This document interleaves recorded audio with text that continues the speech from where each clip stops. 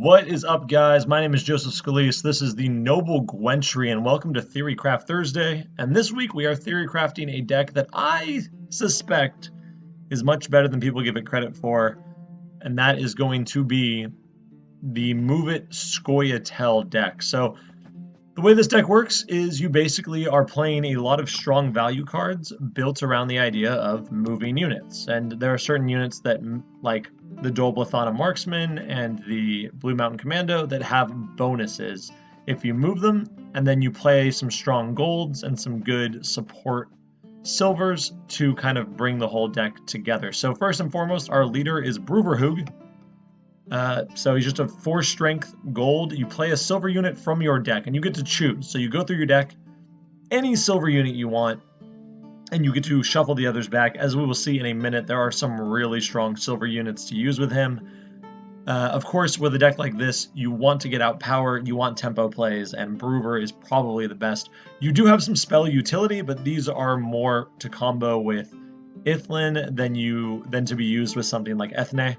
So Brewer is going to be your guy. Now, the bronze package of the deck is the core, as always, and you are running some pretty strong bronze units. We've got 3 Blue Mountain Commandos, so they are just 2 strength, but when you play one, you get the other 2 out of your deck.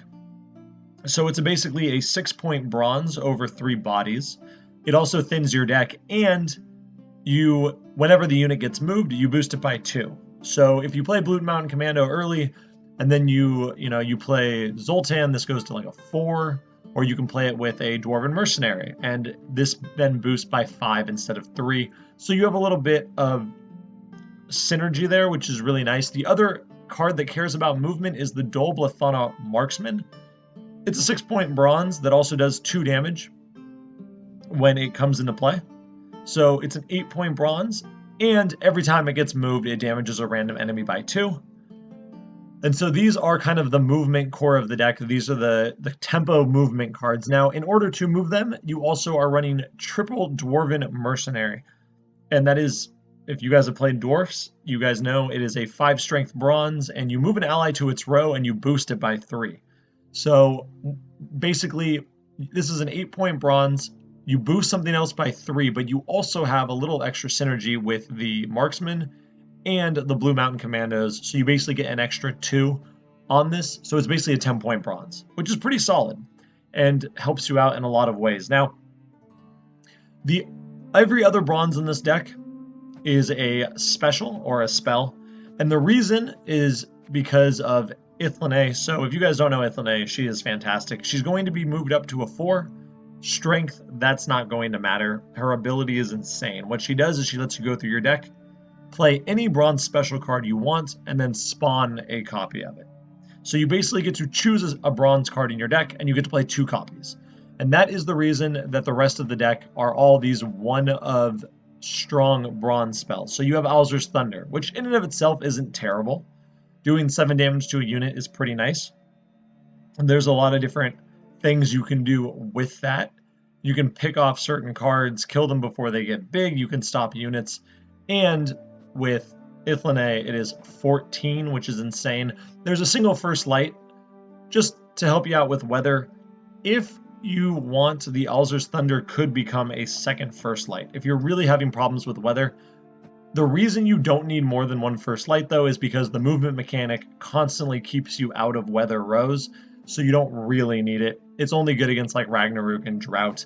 1 Thunderbolt Potion, this is another flexible spot. I really like having the Thunderbolt because, once again, Ithlin Thunderbolt is so powerful. You can move your units very easily so they all line up for this, and then you just hit it twice, and you just blow your opponent out of the water. It's a really good swing. On its own, it's not terrible. It's a 12-point bronze if you hit it with 3 units, but having that combo is really good. Demetrium Shackles, I think, is essential for any unit-based Scoia'tael deck to run these days. There are a lot of control decks that depend on Bork, and being able to hit him with the Shackles is very nice. Also, being able to shut down Ciri is very important in a lot of matchups, and so that's really good. Marjoram, I don't know how to say this card, but basically Mutagen or Spores The ability to strengthen 2 of your units doesn't matter. This card is for the spores. It hits Dolbrathana trappers, or protectors rather, which are the units that get busted by special or boosted by specials. And you basically use Ithlinay plus this, and it helps you win the Scoia'tael matchup single-handedly. And then finally, 1 Blood-Curling Roar. You destroy an ally and you summon a 12 strength bear. The reason that I have this card is it's just more ways to dodge weather. You kill, your Blue Mountain Commando, you kill your Dwarven Mercenary, it becomes a 12, and then the bear is agile, so you can put it wherever you want, and you're no longer being affected by weather. Also, at the end of the game, using Ithlinay with Blood Curling Roar can be a huge tempo swing to give you a win at the end of the game. So those are all the bronze cards. The silver cards, you will notice, are, well, they're all units. And the reason they're all units is because they all work with Bruver Hoog. Now, there is 1 Sheldon Skaggs. He moves all of the units on his row to random rows on the same side. So that's more of that movement mechanic. And he gets boosted by 1 for each unit that he moves. So you put him on a big row, you get a ton of value, ton of tempo, and he goes up a lot. You're also running Yavin for the card advantage. It's pretty self-explanatory. Yarpen Zegrin. So there is a little bit of dwarf synergy in this deck. You have the Dwarven Mercenaries, you have Sheldon Skaggs, you also have Yarpen. He is a good resilient unit. He's a good unit to go get with Bruver in round 2 if you really want to press your opponent. And he works with Barclay Elves. Barclay Elves is a card that I think personally is essential when you're running Bruver Hoog, because Bruver into Barclay is so good. So he's a 2-strength silver. When you play him, you get a random dwarf out of your deck, and it gets boosted by 3. And he can get golds. So you play Barclay, he can get you Zoltan, he can get you Sheldon Skaggs, he can get you Yarpen, and then he boosts them by 3. You can use him to get a Dwarven Mercenary. So much power comes from this card on top of Bruver Hoog that I love running Barclay Elves. And then the last 2 silver slots, which aren't necessary, are King of Beggars. So he's a 5, but he strengthens himself up to 15 to tie the round. So if you're down 12, you're down 13, you're down 10, he will become whatever you need to tie the round up to 15 points. And if you're down by more than 15, he's a 15-point silver. And that is really nice. You can pull him also with Bruver Hoog, but I just like being able to come back. There's a lot of decks right now that like to push huge tempo swings, things like Nilfgaard, things like Skellig, that want to get out ahead of you early on. You play King of Beggars to kind of bridge that gap really cleanly in 1 card. And then finally Ciaran, just for the lock, but he also can move units, which doesn't matter for you because you'll be locking whenever you play, but he can help just as an extra way to answer things. So those are all the silvers, those are all the bronzes, and finally the 4 golds. This will go quick because they're all so good. Ithlinay is an absolute must-have if you're going to play Scoia'tael these days. She is the entire reason this entire bronze package can work. She's very strong. Ciri, quite possibly the best gold ever made. She is a 7-strength unit. Brave. If she's on the board when you lose the round, you get her back in your hand. That is pure card advantage. She's hard to deal with. She can be used in so many different ways. She can be used to push while you're ahead. She can be used while you're behind to force an end to the round. A lot of good uses for her, and she works really well with Yavin. Saskia, when you use your hero, she comes out from your deck for free as a 7-point gold. That kind of tempo is unreal. Bruver plus Saskia plus like Barclay is really, really strong. And then finally, Zoltan Chevet. Now, there are a lot of flex spots in this deck, as I talk about in the write-up. Right, this is a Theorycraft deck. You could run a different bronze package. You might want to run Weather. You might want to run some different silvers, things like Roach, things like Ida Amin. You don't even need a lock, maybe. There's a lot of different options you can do with this deck. Maybe you don't like some of these bronze units over here, but you have to run Zoltan Chevet if you're going to play a movement deck. He moves 3 units to his row, and then he strengthens them by 2. It's just so much value. At its base, it's an 8 gold that gives you 6 extra power, so that's going to be 14 in all. but he also triggers the marksman and he triggers the commandos for extra power. He is a powerhouse in and of himself. He's one of the strongest tempo plays you have access to in this deck. Very, very good gold card. Now, some of you may be wondering why Yorveth isn't in this deck, and simply because his ability isn't that good. Like, yes, in theory, you can do a ton of things with it, but I found in testing this deck, you don't want to go all in. It's the other reason that the movement elf isn't in this deck. I forget her name, but the one that randomly moves a card each round. You only have 6 bronzes that really interact with movement, and while they're a very good base to have, you want to have a strong deck built around them, and that's kind of the way I've structured the list. So we'll get to some games. We'll check out the deck. We're playing at about 1800 MMR to 2K, somewhere in that range. Trying to break into that rank 12 when I get the chance. And this is what the list looks like. So I will see you guys for the games. Alright guys, we are here with game number 1, playing some movement dwarves, and I have the sound on. I really don't know what I'm going to do. I keep trying like so many different videos. Some with the sound, some without it. It just doesn't, like, I feel like it's not as good to watch without the sound, but it is a little loud, and I mean, it's on 1, so I don't know how else to affect that, but I'll look into that. Either way, we're playing against John Calvier. It's a pretty good hand. We just don't want Saskia, of course. We have Ciri and Yavin, which is really nice. Also, Ciaran's going to be really good for the opening lock on... I don't know what they're called. The ones that get buffed. D-Shackles we are also going to hold on to. The reason we're going to hold on to D-Shackles is because... The reason you want D-Shackles in this matchup is because a lot of the John Calvier decks are the all-gold decks, where they run Bork, and being able to lock... or being able to lock this...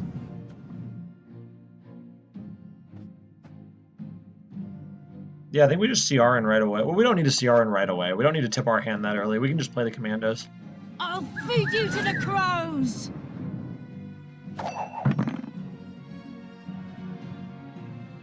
And then we can, like, commando with the Dwarven Mercenary. Also, Bruver is so good in this deck. Bruver is, unless you're playing Scoia'tael, like, oh my god, he got stuck with 2 golems in his hand. Okay, we're going to push this round then, definitely. If we know that his hand is weak. What did he just play? Oh, Quensign. That's fine. We know his hand is weak, so we're going to really push here. I think we'll just go with this. You're dead already. This keeps us in a tie. Also keeps the tempo on our side. We're going to do like a huge turn with... Oh my god, maybe we're not. So it looks like he is playing control. We want to keep tempo, and we really want to push. We could just use Ciaran on Olgierd, but I think it's better to... Well, Dwarven Mercenary is 8, and this is 10, so that largely does the same thing. But I think if we Bruver for Barclay Elves, that's also... maybe it's better to do this. They used to tire my tongue about that. That gets buffed, and we are up by 1 now. We can't really... I shall do what I must. That's a really early Kahir. And then, so Bruverhoog is going to be at least... Like, look at how much value Bruverhoog is going to get. Like, this is going to be an insane amount of value. And the cow doesn't matter. We can move that, we can lock it, we can do a lot of things with that.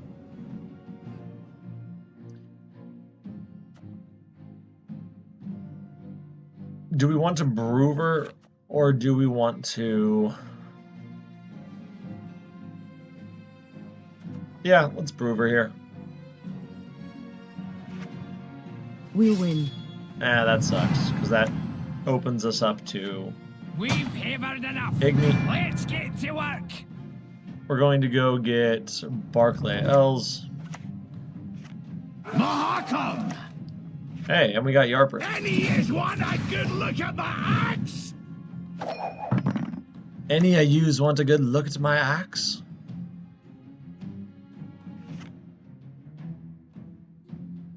Yeah, Yarpin is a very good card. Who is to die? Oh, Ox. Boo. Still, pretty anti-tempo play from our opponent. So we're losing 6, which actually keeps us in the lead, so we don't even care about that. We'll just play the mercenary here. Know if anyone's got any hooch left. And we'll move Scoia'taels. Yeah, that's fine. We stay ahead of our opponent, so we didn't need to work to get rid of the cow. We want to Scoia'tael Olgierd when we get the chance, because we do want to save. It looks like he's playing a pure control deck. We want to save the shackles for Bork. Or for... Your humble servant. His deck also runs shackles, though, which is important because of Ciri.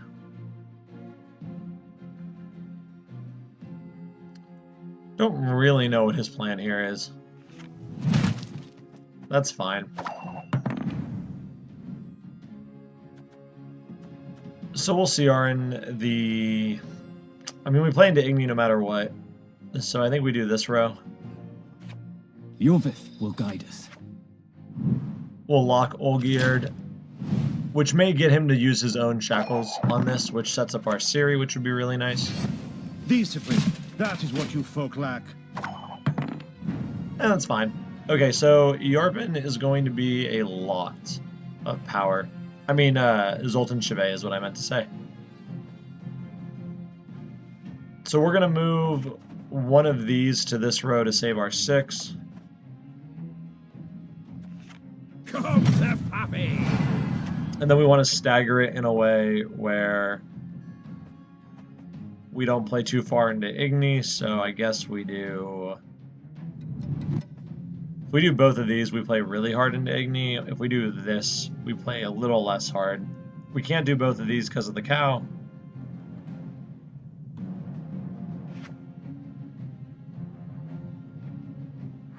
Then we take the buff. We lose a little bit. We're still up by quite a good margin here.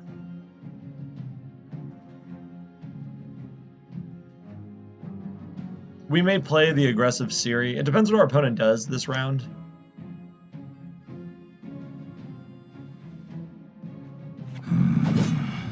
Gerald. Really? Alright, we're going to play Ciri. We'll put her back here. Don't make me laugh. And this will get our opponent to pass, which sets up our Yavin, which is really nice.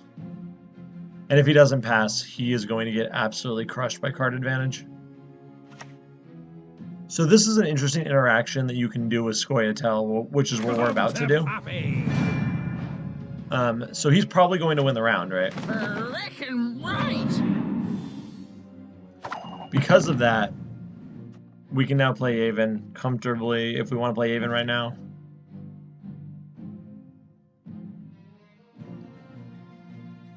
We don't actually have to, though. We could push this round. No, I think playing Yavin here is fine. It's going to get him to pass. Coexistence, no such thing. We'll take the King of Beggars, definitely.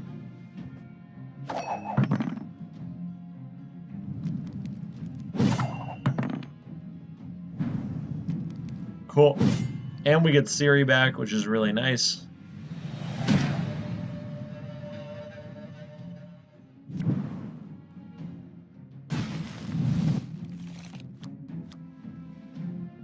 And pretty good cards. We pretty much want to keep everything in this hand.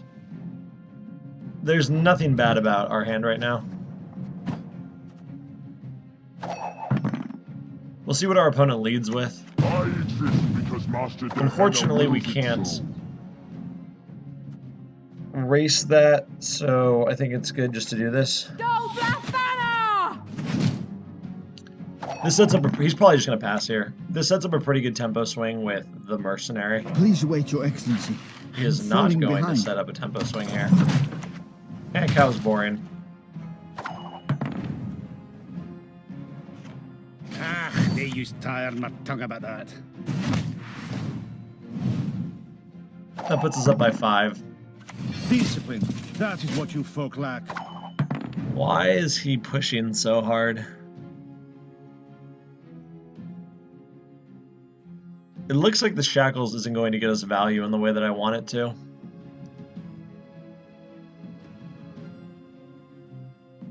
I guess we just first light. The only problem with a first light is if we hit anything on this row, it's bad. If we play Siri here, we're still up a card. So I think it's better just to play Siri. Yield and save me some time. He's definitely going to pass. Like, if he pushes here, he's... yeah. So we'll just do this. That was the reason why I couldn't cow. You're dead already. If I played that into a cow, like... it would have been -6. Although, maybe we would have... no, because I would have had Distillery, so... So King of Beggars is pretty good.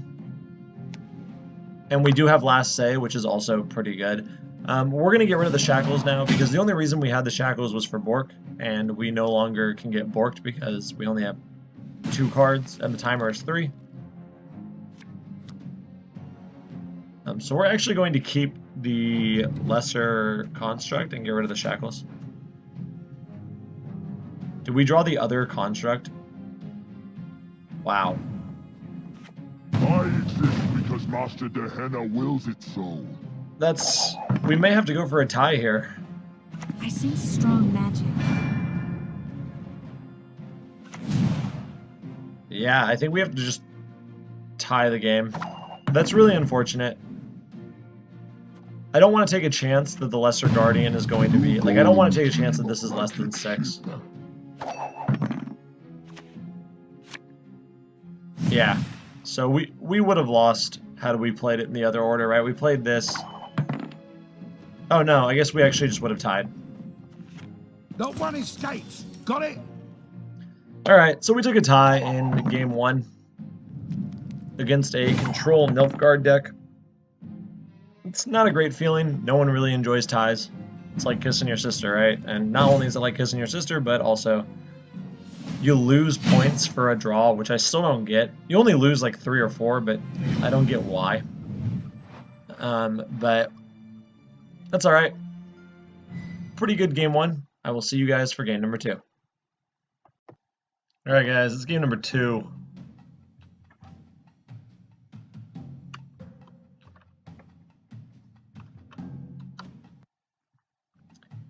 See if we can continue. Onward, sons of Nilfgaard! We've got John We've Calvier. havered enough. Let's get to work. Okay, so we don't want the Thunderbolt Potion, and of course we want to get rid of Saskia first. Thunderbolt is also going to go. Although Thunderbolt's not bad with the Blue Mountain Commandos and things, and against John Calvier you do want the push, but the Alzur's Thunder is pretty good if he leads with the guys who get buffed by the spies. The names in this game are so... I've been playing this game for like 5 months and I'm still not used to it. So we'll get rid of the Thunderbolt. Obviously we're getting rid of the Blue Mountain Commando.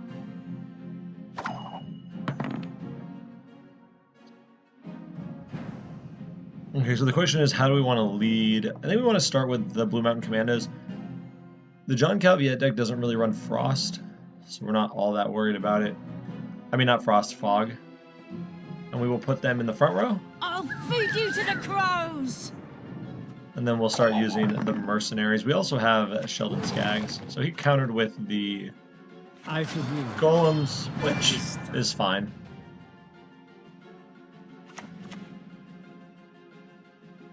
Unfortunately, he had an emissary. That's what we didn't want to see because of this. Although we have a pretty good counter. Now, how did that incantation go? We did go first, though, so we do need to... Rod Tosser doesn't matter. We're going to be moving these things around anyway. We'll move one of these to the back row. We must stick together.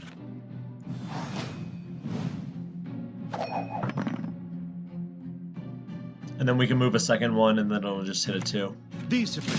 That is what you folk lack. It's annoying.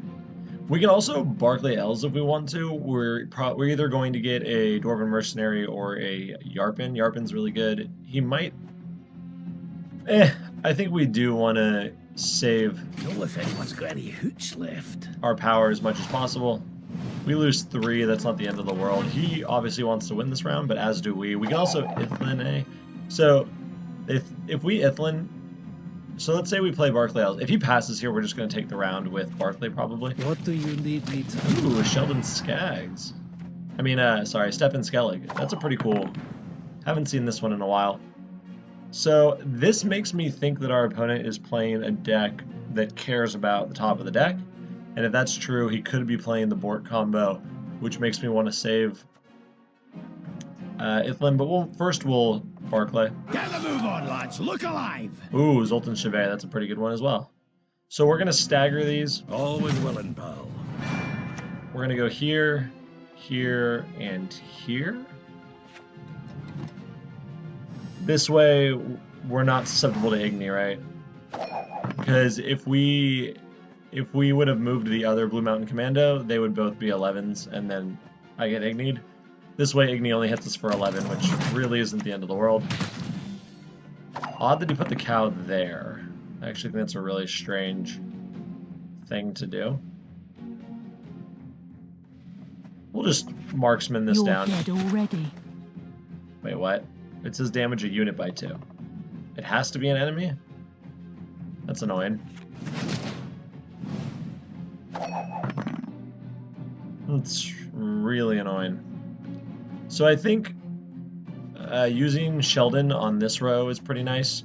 Even if the cow moves, the only thing it kills is Barclay or Emissary, which isn't the end of the world. There is no escape.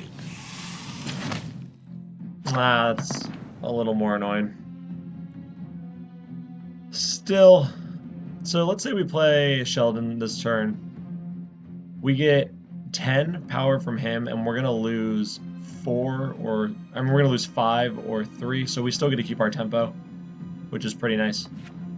Right, right. We're still ahead by 1, or I mean we're ahead by 4. And we, of course, have Ithlin A. We'll probably do the Tempo Siri here next turn. Okay, that definitely makes me want a Siri. Yield and save me some time.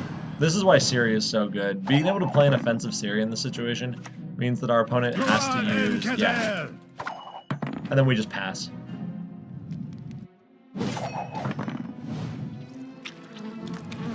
Like, our opponent now goes down a card, which is really nice. We have tempo in the next round.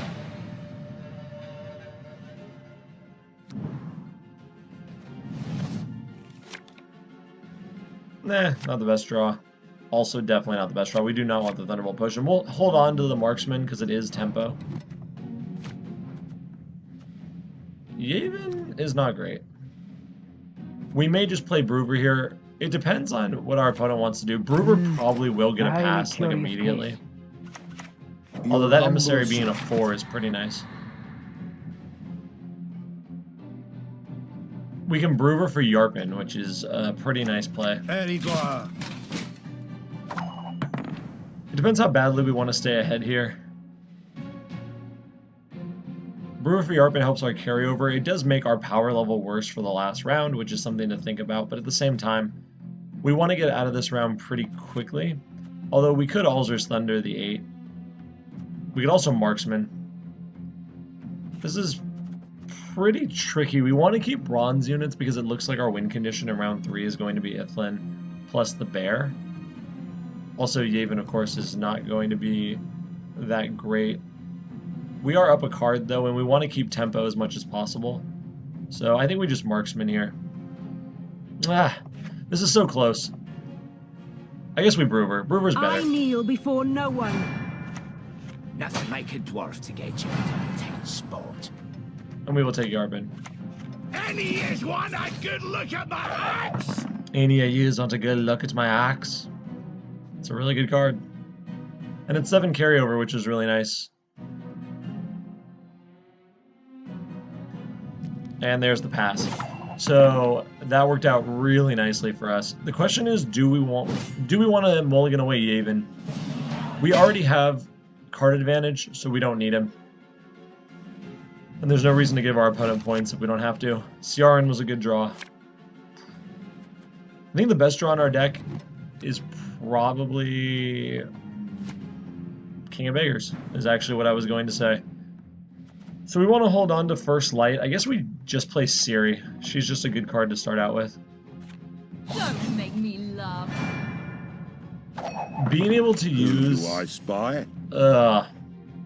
It's annoying. We'll play the Marksman. That's so annoying. King of Beggars is such a good card. It really is. Like, this is a very underutilized card right now, and I think it'll probably get better and better.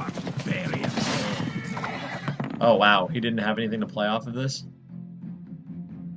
Nice. He put it in the back row, which makes me think he might be trying to set up an Igni. I think we're just going to use Thunderbolt here. We're up 20. And we can also play around. Oh, he's playing Frost. Alright. Frost is fine. So, like, I really don't want to use this First Light on the Frost. I want to test to see if he has Ragnarok. I think that makes more sense, but I also don't want to use Ithlin right now. Although we could Ithlin double Bear and put them in these two rows. Although that does make us susceptible to Igni. I think it's better just to play CR in here. We'll put CR in the front row. Humans are not to be trusted. We'll just lock something. It's just an 8-point swing. I strive above all to be just. That is also fine. So now do we care about Ragnarok? This is an important question. Like, if we play First Light, so we play First Light, our opponent Ragnaroks, we lose 9, and we have no answer for it. I don't think we mind going down one more turn.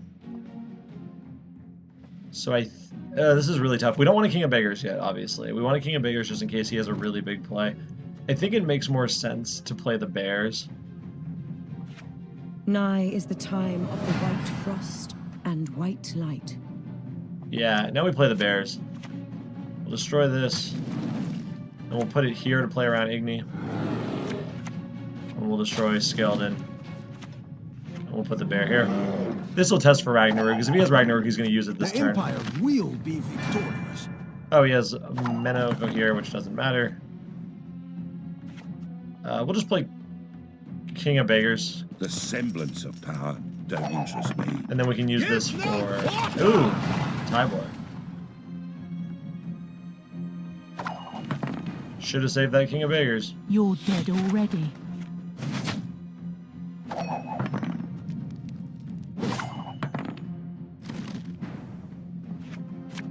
I think we still have a mercenary left, right? Yes, we do. Well, if anyone's got any hooch left. So we pulled it out, despite small misplay on my part. I forgot about Tybor. I should have played the... I didn't get a chance to emote back. I should have played the... I should have held on to the King of Beggars just in case he played Tybor, because we would have had an extra card, so it wouldn't have mattered.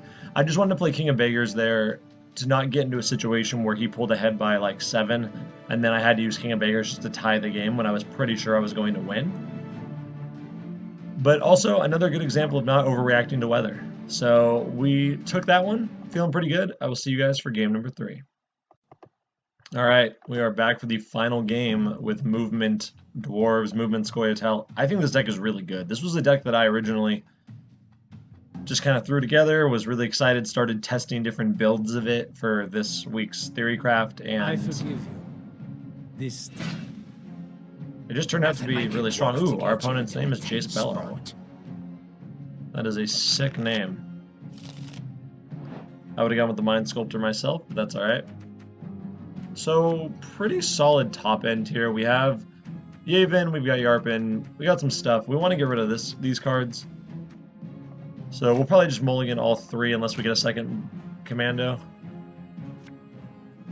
The question is, do we want to keep... The only card we don't want is a second Blue Mountain Commando.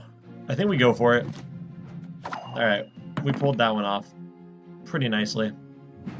So we'll start out with the commandos. this is just like last game. Feed you to the crows! Although this time we're going to save the King of Beggars, which is really important. Onward, sons of Nilfgaard! Yeah. So important that you do not want to Zoltan Chevet these right away. Right, you always want to stagger. Gload and Kazel! Always want to stagger what your opponent could have. Or you always want to stagger your own strength because of Igni, which is a popular choice, especially in the Nilfgaard decks. I really wish we had Alzur's Thunder. This would be nice way to pick this off. But I think we're just going to Mercenary, or do we want to Yarpen? The problem with Yarpen is it get hit by Ox. Against John Calvier decks, I'd much rather Yarpen round 2 than round 1 because of how prevalent Ox is. I think it's better just to... we'll just do this as a tempo play. Now we must stick together. It's a pretty nice tempo play. He's going to put a ton of power on the board with his... do what I must. Oh, alright. Well, Cahir's fine.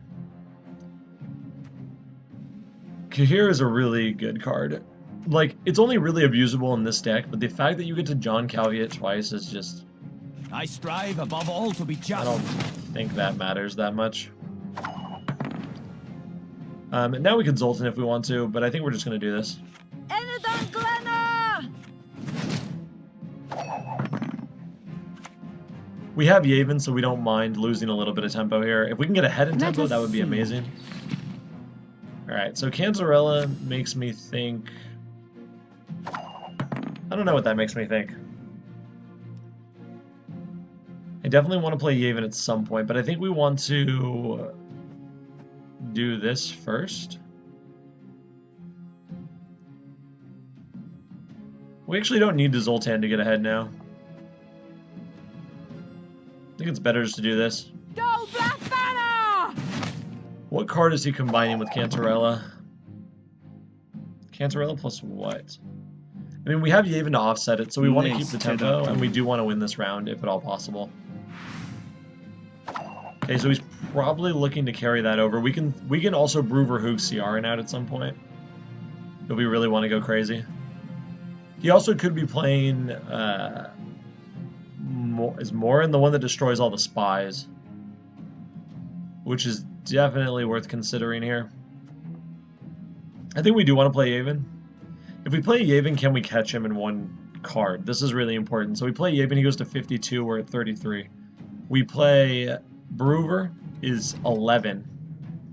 And then we can get Skags for another 8, 9, 10, 11, so that's 22, which puts us to 55. So yeah, we can Yavin and take the round in one card. We will take Ciaran here, actually. Ciaran's a pretty nice one to have. The counter to Cantarella is really nice. Now, how did that incantation go? Okay, so he's still going off. We have this in our back pocket, so we don't mind pressing the round a little bit here. I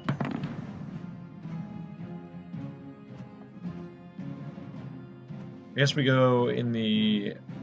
There's no row that we can play this in that doesn't set us up for Igni, so we might as well go in the back row. Come to Pappy! We will take all of these. Look at this swing you get. Look at that, closing the gap. I like it. Cantarella is still susceptible to Igni, but we don't care about that. It's just a 14-point swing. And... Of course, as you wish, master. No, excuse me. So he's spreading his power around, which makes me think that he does not have...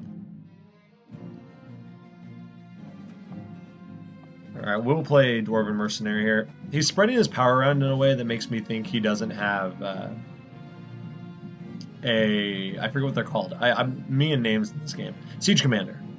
To give something resilience. And even if he does, we have Ciaran for it. So I think it might be better just to play a big King of Beggars here. He doesn't have Igni. I think he would have Igni'd the back row. So I think King of Beggars is nice. Who do I spy? We get a 15-point swing from that. We stay within range. Right? Skags is like the most tempo-y tempo play that's ever tempoed. How much We get 1, 2, 3, 4, 5.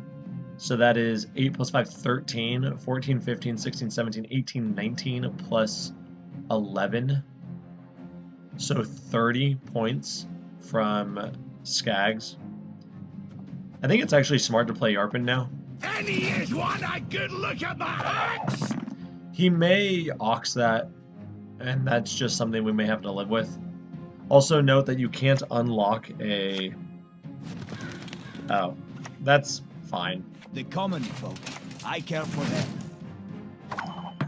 That is completely fine. We're going to play a Dwarven Mercenary in the front row. They used to tire my tongue about that. That makes me think he doesn't have an ox. If he had an ox, he definitely would have... Go on, Scoia'tael!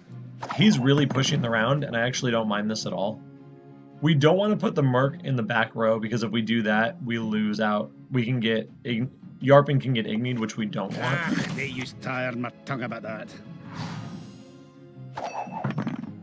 The more he pushes, the better off we are here. Yes, foil intruders. Okay, so we are down 98, 108. We're almost down 30. So this is 1, 2, 3, 4, 5, 6,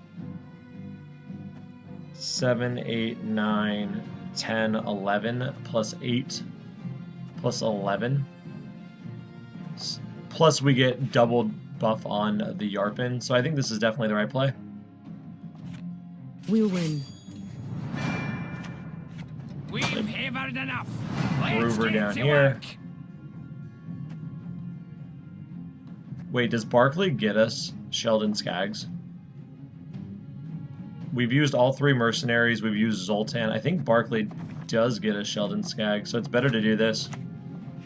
Get the move on, lads. Look alive. Yep.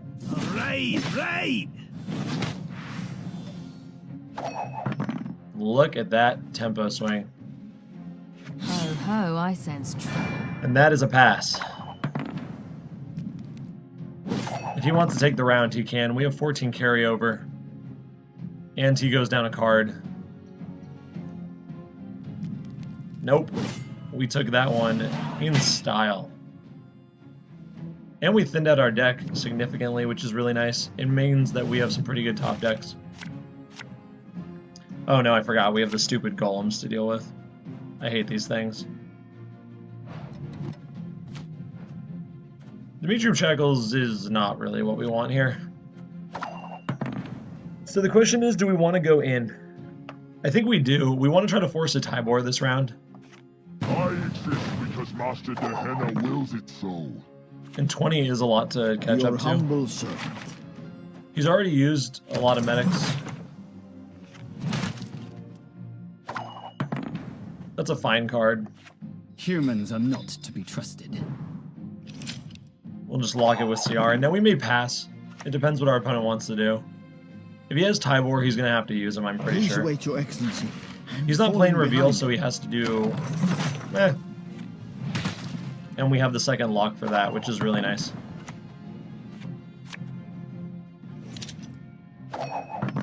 So now, even if he has another Rot Tosser, he has to use it. I live to serve. That, I'm just going to push. There's like no reason not to push here. Go Black Banner!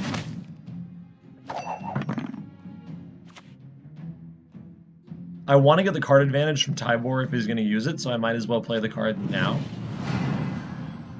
He has Bork, but Bork is not going to trigger.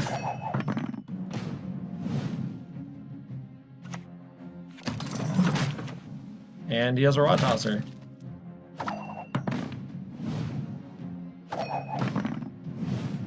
And there it is.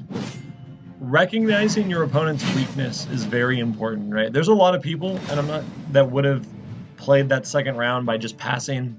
You already have the Yarpen, you figure you want to get card advantage.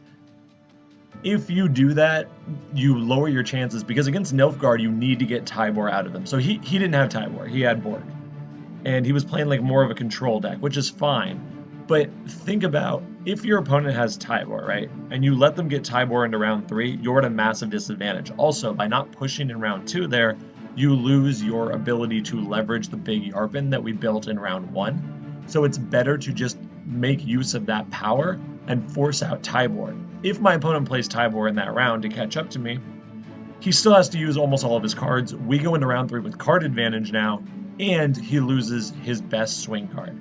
So those small plays are very important in terms of knowing when to push round 2, knowing when to go into round 3. And with a deck like this, because you have that strong dwarf package, if you have the chance to go into round 2 and take it, push for it, make your opponent use all their cards. So, pretty good games today. I think this deck is actually very strong. I think there's a lot you can do with it, as I explain in the guide. But overall, this is a deck I'm probably going to ladder with. I'm going to try to take this to rank 12, 13, 14, 15. And I will see you guys next week. Thank you so much for tuning in.